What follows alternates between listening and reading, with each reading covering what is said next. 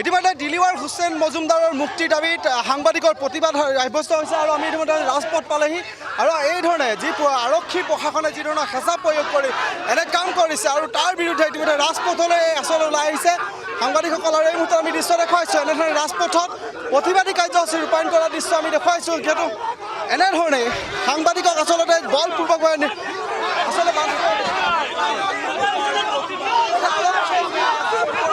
আমি দেখুৱাইছোঁ এনেধৰণে সাংবাদিক ইতিমধ্যে ৰাজপথলৈ ওলাই আহিছে।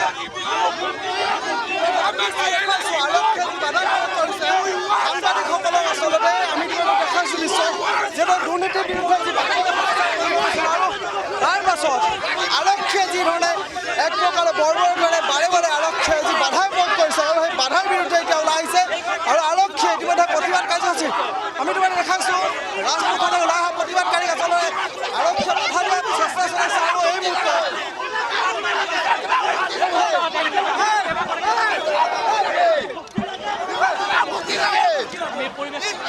ইতিমধ্যে যি প্ৰতিবাদী কাৰ্যসূচী আমি ইতিমধ্যে দেখুৱাইছোঁ আচলতে যি ধৰণে ৰাজপথলৈ ওলাই আহিছে প্ৰতিবাদকাৰী আৰু জ্যেষ্ঠ সাংবাদিকসকল আৰক্ষীয়ে বাধা দিছে। আমি কৈছোঁ যে প্ৰতিবাদকাৰীক আচলতে আৰক্ষী প্ৰশাসনে বাৰে বাৰে ব্যৱহাৰ কৰিছে।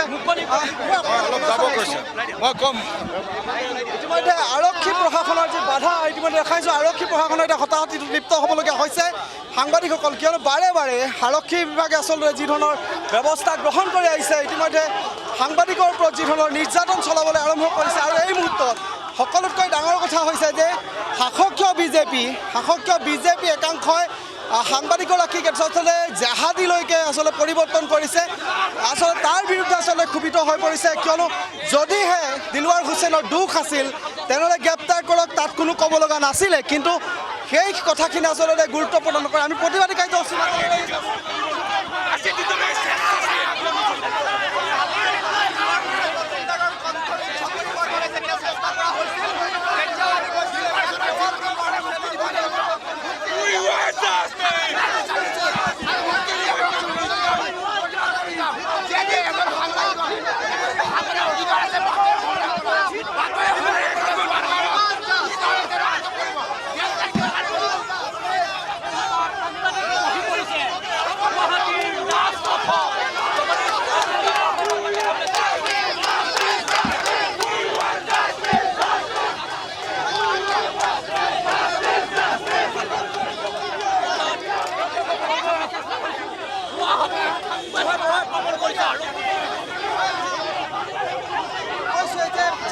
আচলতে আৰক্ষীয়ে ইতিমধ্যে যি ধৰণৰ বেৰিকেড স্থাপন কৰিছে বা আৰক্ষীয়ে বাধা দিয়াৰ চেষ্টা কৰিছে, যিহেতু পাণবজাৰ আৰক্ষীয়ে কালিৰ দিনটো যদি কওঁ আমি 8 ঘণ্টালৈকে তেওঁলোকে কি গোচৰ ৰুজু কৰিছে, কেনেধৰণৰ গোচৰ ভিত্তিত আচলতে গ্ৰেপ্তাৰ কৰা হৈছে এই কথাখিনি কালিৰ দিনটো 8 ঘণ্টা সময় তেওঁলোকে কোনো ধৰণৰ মন্তব্য দিব নোৱাৰিলে বা তাৰপিছতো আৰক্ষীগৰাকীয়ে এগৰাকী দুৰ্ধৰ্ষ অপৰাধীৰ দৰে ব্যৱহাৰ কৰি সাংবাদিকগৰাকীক আচলতে বন্দী কৰি ৰাখিছিলে। তেওঁ পৰিয়ালক ইতিমধ্যে সাক্ষাৎ কৰিবলৈ দিয়া হোৱা নাছিলে, তেওঁ অধিবক্তাক আচলতে সাক্ষাৎ কৰিবলৈ দিয়া নাছিল। আৰক্ষীয়ে আচলতে যি ব্যৱহাৰ কৰিছিলে আৰক্ষী ব্যৱহাৰৰ পাছত ইতিমধ্যে ক্ষোভিত হৈ পৰিছে। আৰু এই দৃশ্য দেখুৱাইছোঁ সাংবাদিকসকল আহিছে আৰু এনেধৰণে প্ৰতিবাদী কাৰ্যসূচী ৰূপায়ণ কৰিছে।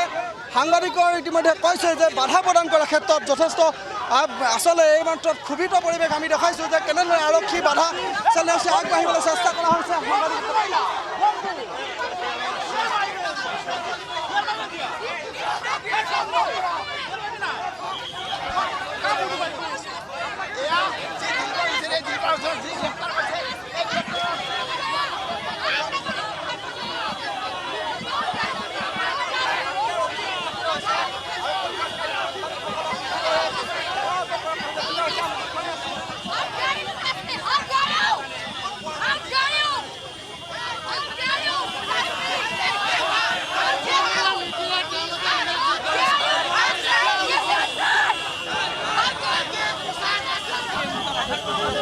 যিকোনো খবৰৰ বাবে যোগাযোগ কৰক 7099017330 লগতে 7099017110 নম্বৰত।